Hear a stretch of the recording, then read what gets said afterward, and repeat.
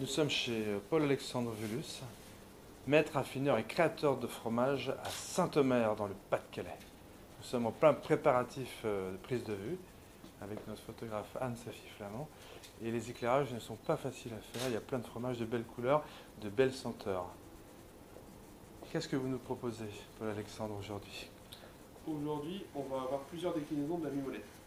Vous allez avoir les lingots de mimolette qui sont la forme initiale de la mimolette, donc en format vraiment pour le coup lingot au petit pavé, jeune, extra vieux, et après la forme plus consensuelle, c'est-à-dire la boule. Donc pareil, jeune, pour nous ici ça c'est jeune, ça a 3 mois, et une extra vieille qui est à son stade de 30 mois. Complètement mangé par les arachnidés, Tout à fait. ou les acariens pour ne pas effrayer le grand public. Des acariens, tout à fait. Et en fait, à la base, ce sont des petites araignées quand même, C'est ça. qui grignotent les fromages, mais qui sont complètement inoffensives pour l'organisme humain, on vous rassure.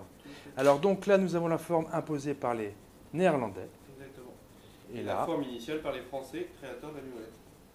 qu'est-ce que vous aimez dans la mimolette? Sa forme, sa couleur? Son vieillissement progressif. C'est-à-dire qu'on va avoir une palette aromatique tout au long de l'affinage qui est absolument merveilleuse.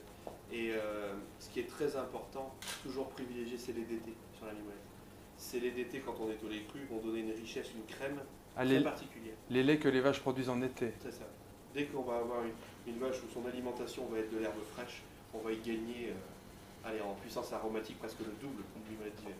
Donc, quand les vaches produisent leur lait en été, on attend au minimum combien? 4 semaines, 5 semaines avant de pouvoir commercialiser une mimolette?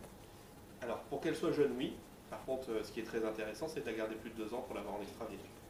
Ça, c'est vraiment le côté authentique des mimolettes. Et on va jusqu'à 24, 25, vous la poussez beaucoup plus jusqu'à loin. 36 mois. 36 mois. Ouais. Et là, les arachnidés n'ont pas tout mangé apparemment, il reste encore quelque chose. Là, il reste 6 mois pour qu'elle mange tout, tout simplement. Donc il faut dire aux gens d'arrêter de manger du gouda et de se tourner plutôt vers la mimolette. Française. Très Française. important. Parce que vous en fabriquez, donc nous sommes à Saint-Omer, dans le Nord-Pas-de-Calais, et mais le plus gros fabricant en France se trouve en Normandie avec 3 gros industriels. Tout à fait. Et il y a une grosse différence entre vos mimolettes et celles que les industriels fabriquent? Énormissime. Très simplement sur la nature du lait, puisqu'ils vont être en lait thermisé ou pasteurisé, que nous on ne fait que du lait cru. La vraie difficulté sur le lait cru, on est plusieurs en France, faire de la mimolette au lait cru. Le problème, très peu de personnes, c'est la garder plus de 6 mois sans qu'elle devienne piquante. Il y a une petite recette et il y a un secret de fabrication et d'affinage pour qu'elle ne devienne pas piquante. Vous voulez m'en parler ou c'est vraiment un secret? C'est à la fois vraiment un secret, mais il est connu des principaux acteurs. C'est travailler sur un lait cru, on va dire, assez riche en ce que nous on appelle une acide butyrique. L'acide butyrique, c'est ce qui fait transformer le lait en caillé. C'est dû à la race de vache, à l'alimentation et à la propreté de la traite. Donc déjà ce point-là. Et deuxième point, il faut travailler d'abord en cave chaude, puis en cave tempérée. Ce que personne ne fait.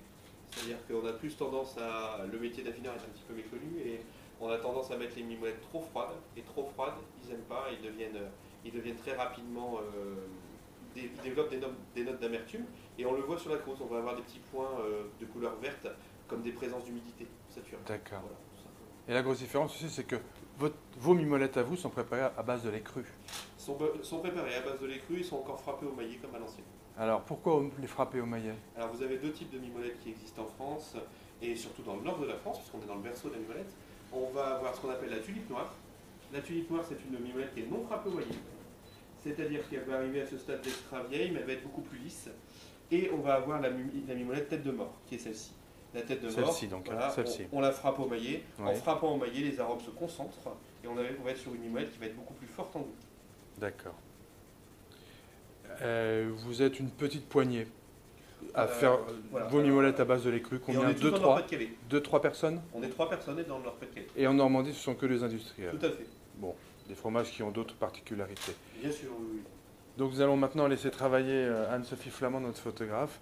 Nous vous remercions de la part de toute l'équipe de rédaction du Chasseur français. C'est moi.